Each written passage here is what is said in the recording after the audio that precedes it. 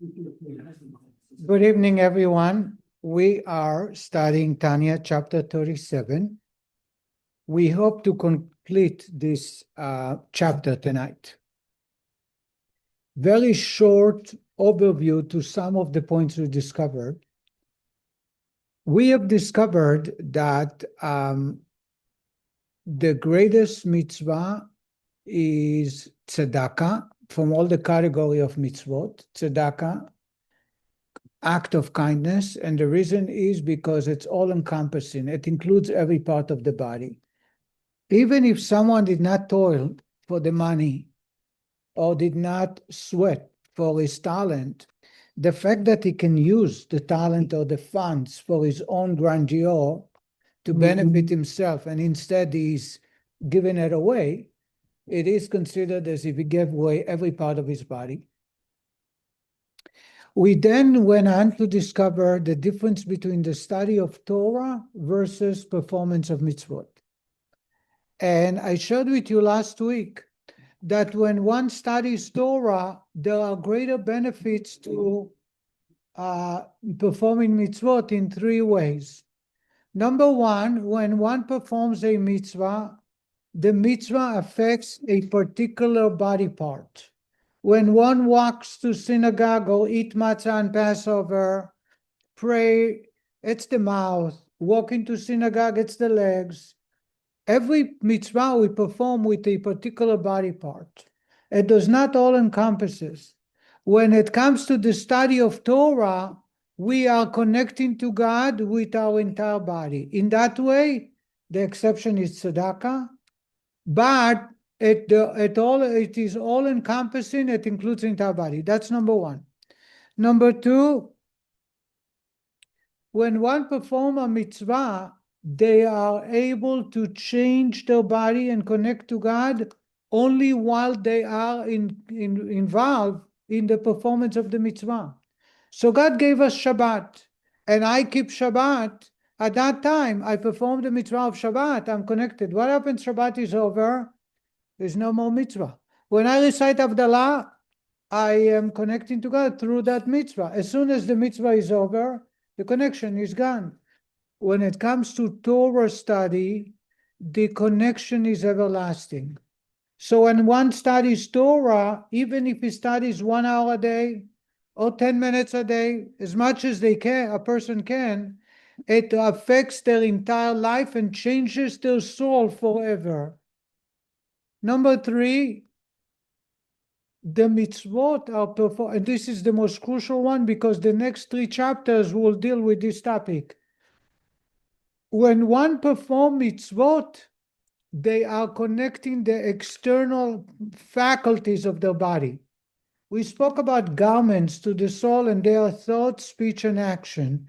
They are considered external. So if I do a mitzvah, it must be done in the world of action, in the physical world, and therefore there must be a materialistic object in order for me to perform the mitzvah. I cannot do tzedakah without giving a coin to a poor man. I cannot fulfill the mitzvah of Shabbat unless the positive commandments, I eat tasty food. I rest and I spend time studying Torah or socializing with family. In other words, it involves action or speech or thought, which are external garments to the soul. Study of Torah is directly impacting the soul itself, the essence. That's why it's permanent, by the way. Garments you can take off and on, and that's temporary. These are the 3 differences between serving God by studying Torah versus performing of the mitzvah. This is what we studied so far.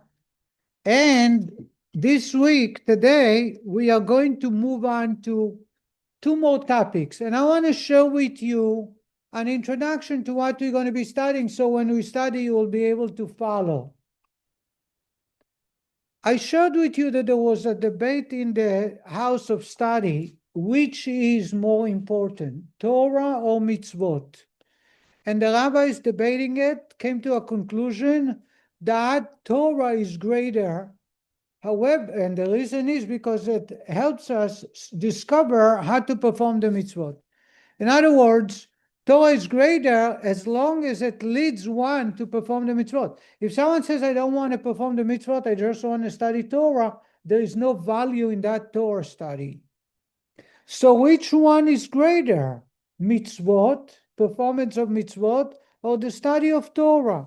Last week I gave you one answer, which I'll repeat soon, but now I want to show it you another.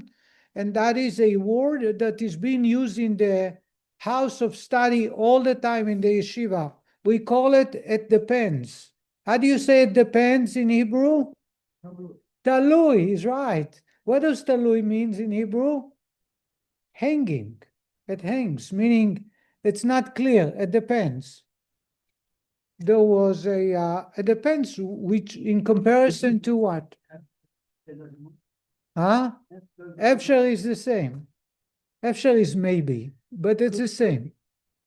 Well, the way I was raised, Efshar is maybe. Awesome. I was ready to become an something my father said Efshar. Meaning, I'm not sure. There was a teacher who told the students that whenever he's testing them, he hates the answer maybe. I'm sorry, depends. Talui. He wanted out of the equation. When he's testing them, they should say, you're allowed to, you're not allowed to, who is saying what? Don't tell me it depends, because that's the answer for every question in Judaism. It depends. So one day the students asked the teacher a question and he answered them, it depends. So they said, Rebbe, you told us not to use that word and you yourself. He says, well, it depends. Who answers it?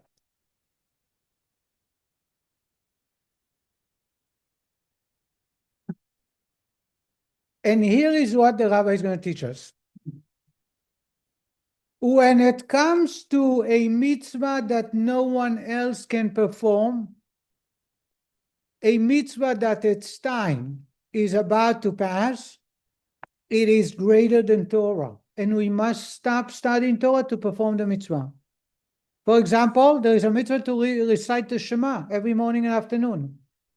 If a person is studying Torah and the time is about to pass, there is a limited hours in which a person can perform that mitzvah, then he must stop from studying and perform the mitzvah. If it is a mitzvah that someone else can perform on my behalf, then I should continue studying Torah. So I showed it to you last week. If I'm on a cruise to Las Vegas and someone asks me to do a mitzvah, no doubt I have to stop and do the mitzvah.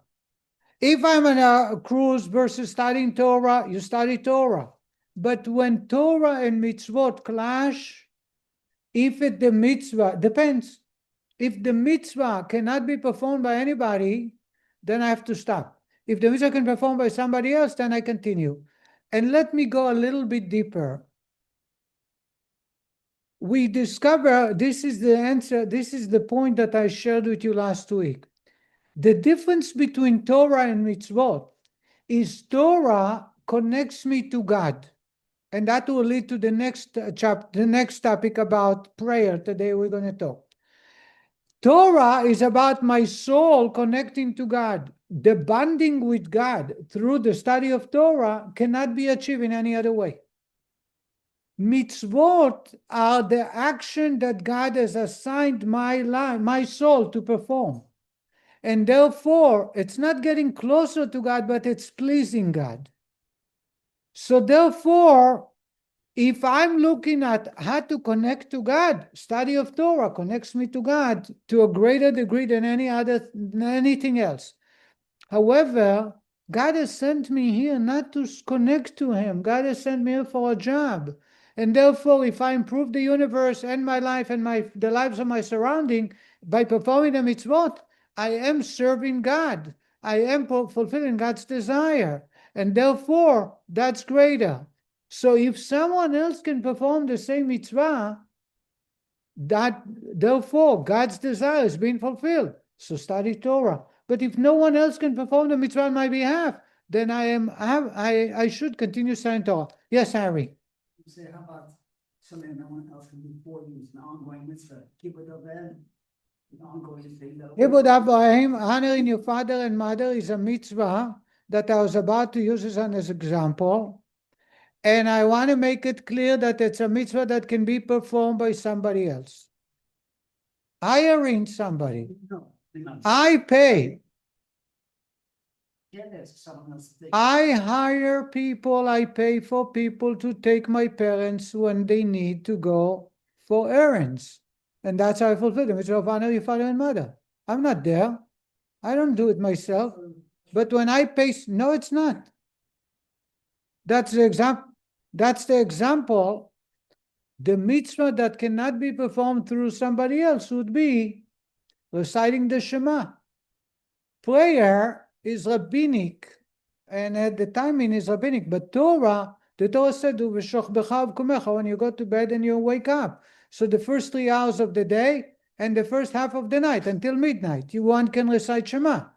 If the time is about to pass, I cannot assign you to do it. Therefore, I have to stop from studying. Another example would be eating matzah on Passover. The individual obligation is for eating consumption of matzah. Therefore, I cannot hire my wife to eat matzah for me. I can hire my wife or children to put up a mezuzah. There is a mitzvah to put a mezuzah on the door. I can ask them to do the mezuzah on my door.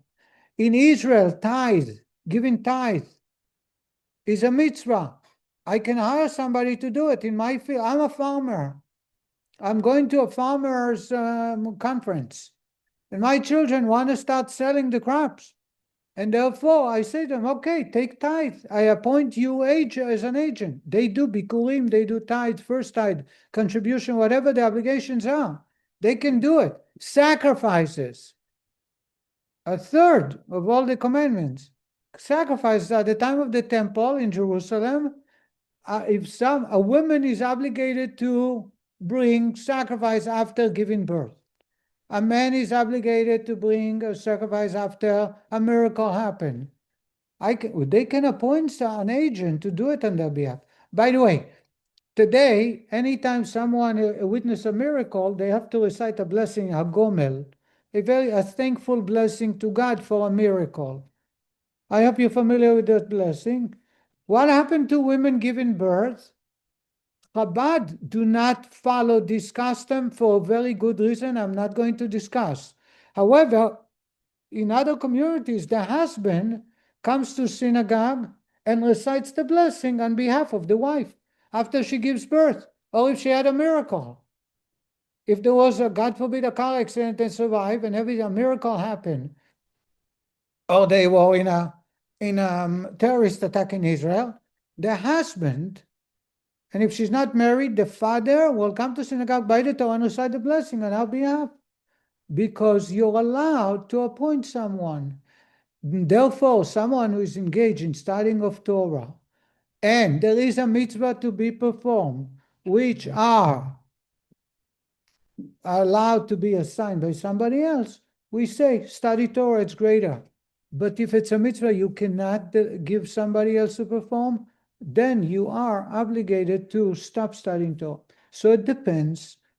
Even though the study of Torah, as I said, reaches the soul, the core of the human, as we'll discover, and it's permanent, and it gets us closer to God. However, we need to weigh it against the ability to serve God, and serving God is done through the mitzvot, not through the study. So far, by the way, studying of Torah is a mitzvah too, serving God. But it's done with the internal powers of the human, of the soul, not the external. So far, so good? Huh? The next topic I'm going to show it you now so you can read the whole thing. The next topic the Rabbi is going to talk is about prayer versus Torah. The Torah gave us an obligation to call out to God at our need. There is no set time or a format. I can talk to God anytime. That's why there is no intermediary for Jewish people, because we call God directly. However, the rabbis instituted a prayer 3 times a day, and those prayers were put together by the rabbis that are all inclusive.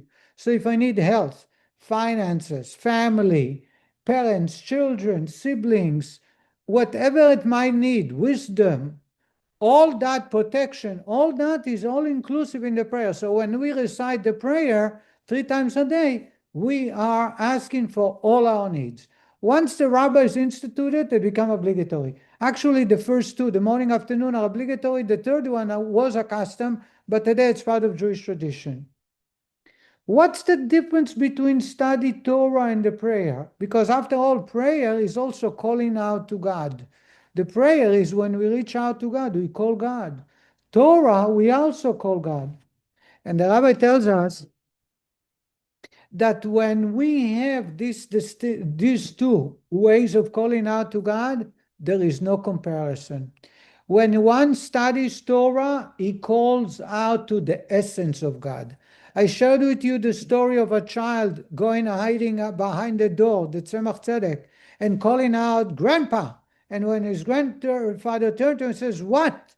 He says, "That's where you are. It's not his hand, it's not his shoulders, it's not his leg, it's the essence." When you call in prayer, you call a particular aspect of God. God is not divided into body parts. God has no parts, but it's the extension of God that relate to us. So if I need health, or when I call God for health, I'm reaching out to one aspect of God. When I study, I reach out to the essence of God that's all inclusive. That's why when one study Torah, how we call it in Hebrew, when in the Torah in public, what do you call it? Koreh b'Torah. Koreh. Baal Koire is a man that reads the Torah. Koreh, huh? Call. What? To call. To call. Calling God, right? That's also, where does it come from? And the answer is because when you study the Torah, you're calling God. That's why it's called Tikkun Korim, the Tikkun, the book that helps you read from the. So Koreh is reads, translates in reading. Here it translates, it's the same meaning in Hebrew. In Hebrew, when I call someone, we use the word Koreh. When I read something, you use the word Koreh. Koreh baiton, I read the paper. Koreh sefer, I read a book. The word Koreh can be used in 2 ways. One is reading, the other is calling. And the reason is because when I read the Torah, I'm also calling out to God. So the study of Torah calls out to the essence of God, as opposed to prayer, where it calls out only to an aspect of God, which is, so to say, external. That's the difference between study and Torah. So now we understand the benefit or the greatness of studying of Torah. That's the rabbi, that's the goal, what the rabbi is trying to tell us, that study of Torah is the essence of the soul, connecting to God like nothing else. No other way, no other channel can reach out to God. So you can pray, you can read from the, you can pray, you can perform any mitzvot. It's great, you reach out to God, especially if you have a particular need. But if you study Torah, you're reaching out to the essence of God. So far, so good. Now we're going to read it. One thing, when I read Torah, it feels to me more like God's talking to me instead of me reaching out to God. So for me, Torah is like I'm listening to God, what God wants me to hear. Whereas with prayer, I'm talking. Is that not how you would say it? That's one way of looking at it, right? But I'm still calling. I mean, I'm listening. When I'm reading Torah, I'm listening. When to God. Kind of, that's how I see. So let me rephrase it. Tell me if I'm correct. Studying Torah is calling out God. Performing mitzvot is God calling us. In Kabbalistic terminology, we call it ratzo and shuv. Anybody heard? Ratzo means yearning. Shuv means returning. The study of, that's why the Torah is great, because it leads to action. In other words, I'm yearning to God. I am searching for God. That's the study of Torah. Where are you? And the mitzvot is what God comes back to me and say, here I am. And therefore, that's how God returns back to me, by performing the mitzvot. Is that similar to what you said? So, Is Tanya only studied by Chabad or is it worldwide? Tanya is widely accepted by all, and in the last 50 years, it crossed every boundary. When the Alter Rebbe wrote the Tanya, Reb Levi Yitzchak of Berditchev and Reb Zusha Vanipoli danced the whole night, because they said that there have not been such great revelations. So the Tanya is studied even by those who oppose Chabad, all the Hasidim. What about the non-Hasidim? Not Hasidim, they were kind of staying away from Kabbalah. But about 50, 60 years ago, they realized that the Hasidim say this is the cure, this is the medicine for the malady that spreads around the Jewish world, which is questioning, trying to, I don't do it unless I understand why. And the Tanya provide all the answers. There's no other place you'll find answers for those questions. I'm just going to share with you that I don't know for what benefit. There was a man that I brought closer to Yiddishkeit. And one day he traveled to New York to go to a yeshiva. But he attended to a yeshiva in New York that's not Hasidic. For whatever reason, beyond my control. I actually drove with him to New York. And but he said to me that the promise for all the benefits he gained here, he will always study Tanya. So I appreciate it. He calls me up 2 weeks later and he says, you know, in yeshiva, one of the teachers told me, Tanya, we don't study Tanya, it's not Torah. It's not Torah. So I said to him, turn to that teacher, don't tell me you asked me, and ask him Zohar, the teaching of Rabbi Shem Bar Yochai, is it studied or not? And the man said to him, we don't study Zohar either. This was heresy, literally heresy. Rambam writes that this man has abandoned God completely. So I turned to him and I said, you can go to the dean of the yeshiva and tell him what this teacher said and ask him what he thinks. The dean of the yeshiva was screaming from pain when he heard that. And he turned to that teacher and he said to him that what he said is so offensive and so against Judaism that there is a question whether he should be a teacher. The dean of the yeshiva then called me, even though he was not a Hasid, to apologize. And he says to me, he had no idea that, unfortunately, the hate towards Lubavitch has taken such levels that they will dismiss parts of the Torah. So I asked him to praise that student for studying Torah in public. So of course, not only that, I will study with him Tanya. And he said to me, I study Tanya, the dean of the yeshiva. And he was there for a little more than a year. He would study with the dean. In other words, he did it in public when everybody can see that they study Tanya. This is my experience, just you brought up when you asked.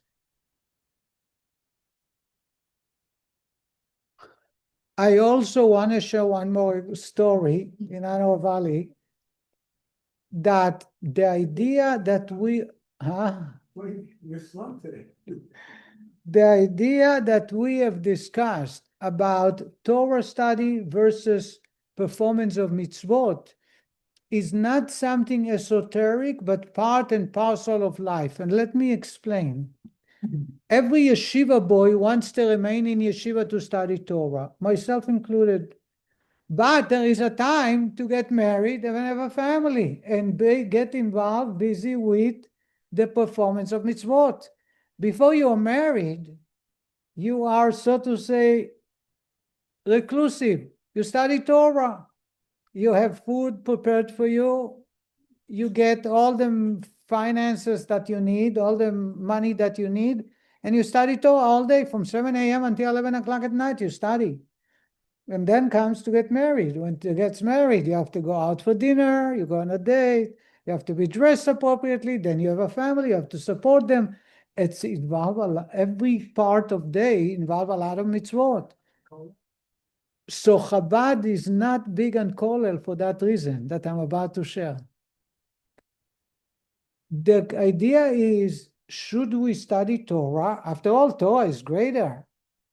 But the answer based on what we studied, there are mitzvot that no one else can perform. You know which one? Pru urbu, be multiplying fruitful, to have children. No one can perform that mitzvah. Therefore, I share with you many times. My mother wanted me to go out to date. I said no, and we agreed to write to the Rebbe. The same day the Rebbe answered that I should, and within 3 weeks I was engaged. Because I know my example. Now, some people the Rebbe, I share that in public in among Hasidim on many occasions. I know particularly more than one person that the Rebbe says, not yet, 6 more months, a year later, and they were already I was 22, I was just turned 22. When I was 22 and a half, I was married already. Some people, they're 24, and the Rebbe says, no, until after Passover. After Passover, we'll see. But in general, the idea is that that's the conflict that we face. Then comes about kollel. Kollel meaning reclusive, that you're not involved in the universe. We are at a time that there are opportunities or obligations that no one else can perform. Reaching out this community, teaching Torah, is nobody else can perform. A person who is not married cannot serve as a rabbi, and therefore he cannot reach out and assist others in study Torah and connecting to God.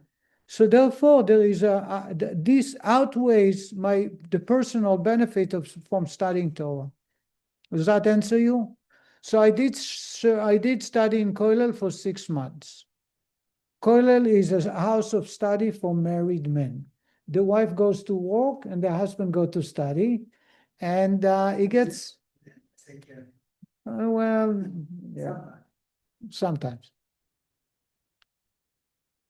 So I did it for 6 months. I got married in February and I was there until August. In August, I traveled. I moved to California to serve as a rabbi. We are on page 517. 517? We're No, much more. 22. Huh? 521. 23, yeah. 546. Yeah, but it's his. All right. So we studied that when the mitzvah cannot be performed by somebody else, we have to stop. If the mitzvah can be performed by somebody else, then we are to continue study. Now, the rabbi is just concluding that point. We are on page 523. Somebody said 523? No. 523. I checked the 522. so One is the time. you want to get through the chapter, no? Get something. You know what? The bottom of 522. On the other hand, if the mitzvah can be performed by others, one does not interrupt study Torah to perform it, even though the whole Torah is, after all, only an explanation of the mitzvot of action.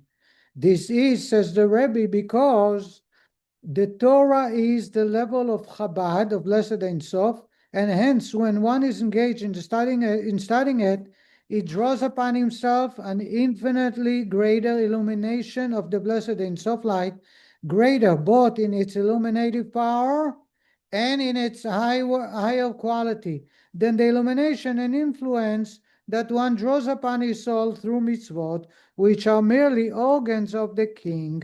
As I shared, when one performs a mitzvah, he reaches out to an extension of God. When one studies Torah, he gets to the essence. So if the mitzvah cannot be performed by somebody else, we have to stop studying. What emerges from this discussion is that the effect of mitzvot consists primarily of the elevation of one's body and the physical world in general. The effect of Torah study, on the other hand, is to unite the soul with God. Accordingly, the Alter Rebbe explains the following Talmudic statement. This is what Rav Sheshet meant when he said, "Rejoice, my soul, for you do I study scripture, for you do I study Mishnah." Rav Sheshet wanted to show how happy he is by studying Torah. He did not say rejoice myself, rejoice my body, but rejoice my soul, because study of Torah is the soul connecting to God. Mitzvot is the faculties of action, speech, and thought, the garments. Torah is the essence. As is explained elsewhere in length, until here, the Alter Rebbe has discussed the superiority of Torah study over other mitzvot in terms of its greater influence on the soul. He now begins to describe a far greater quality found in Torah study. Of all the mitzvot, only Torah study is described as calling to God, as one called to his friends, and as a son calls his father. As the Alter Rebbe will state shortly, whereas mitzvot have the effect of drawing the light of God, that is, his will, upon the soul. Torah study calls God's essence to man, as is implied in the analogy of one who calls to his friend. The friend will turn with his entire essence to face his caller. Furthermore, so the Rabbi is going to tell us, when you say Torah, you call out to God. Calling out to God, when God turns to you, the essence of God turns to you. Furthermore, as means of calling God, Torah study is superior even to prayer. For this reason, in the verse, God is near to all who call him, in truth. The first part of the verse refers to prayer, and the latter to Torah. I am sure those of us who pray 2 times, 3 times a day, we recite the prayer of Ashrei. It's Psalm 148, 147, 146. Karov Hashem, God is close, lechol korav, to all who call him, lechol asher, to all that who will call him, be'emet, in truth. It seems repetitive. What do you mean? God is close to all who call him. You say God is close to all who call him, and he's close to all who calls him in truth. And the Rabbi is going to say that according to Kabbalah, it's 2 types of calling. God is close to all who call him in prayer, and he's close to all who call him in truth, is those who call him in Torah study, because Torah is truth, as we mentioned many times. So when I call God in prayer, God is close to me. But when I call God in truth, meaning through the study of Torah, it's much closer. Here is the Alter Rebbe's words. The difference between the 2 forms of calling God is that prayer affects a change in material matters, healing, prosperity, etc., whereas the effect of Torah is in the soul, on the spiritual plane. So when I pray to God, there is a commandment by God to ask for specific physical material needs. If I am in need of health, if I am in need of finding a partner, if I'm in need of finding a new business, if I need of help in success in choosing my stocks, that's when I pray to God for physical material needs. Torah is about my soul. It's all spiritual. When we study Torah now, our soul connects to God. It's far deeper, and therefore it's permanent. We also discussed that, in the Alter Rebbe's words, this influence and illumination generated by one's Torah study, which man draws from the radiance of the Ein Sof light upon his soul and upon the souls of all Israel, meaning as will be explained later, that the light is drawn into the spiritual level known as the Shekhinah or Knesset Israel, the source of all the souls of Israel, and thereby the Ein Sof light reaches not only the soul of the person studying Torah, but also that of every Jew. Says the Rebbe, when one studies Torah, because the soul connects to God, it affects every Jew around the universe. So when I study Torah here, it benefits a Jew that lives in Israel or in Australia. This illumination which one draws through his Torah study is referred to as calling, as in Talmudic expression concerning the Torah studying, Koreh Torah, usually translated as one who reads, studies the Torah, but reinterpreted here as one who calls God through the Torah. The word Koreh Torah usually is study Torah, but also it means calling God through Torah, because when I study Torah, I'm reaching out to God deeper than any other way. Just as calling in its usual sense means that the caller causes the person being called to come to him, to turn to him with his entire being. Similarly, in the context of calling through Torah, says the Rebbe, this phrase means that in Torah study one calls God to come to him, so to speak, as a man calls to his friend to come to him, or as a child will call his father to come and join him and not to part from him, leaving him alone, God forbid.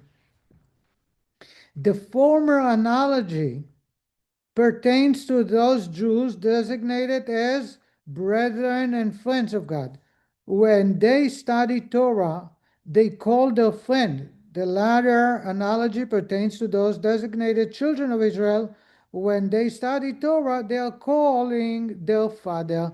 So you have different levels of Jews, but they always call God either to a friend or to a father. This is the meaning of the verse, God is near. A, that's part of the prayer we say many times during the day, to all who call him, and B, to all who call him in truth. And there is no truth but Torah, indicating that one calls God with truth as opposed to simply calling God only by calling God through Torah study. In contrast to one who does not call him through Torah study, but merely cries, Father, Father. You can reach out to God anytime. I can call God. When I speak to God, I reach out, I call Father, Father. But when I call from Torah, I call in truth. And therefore, it's a much deeper level. The essence of God is turning to me.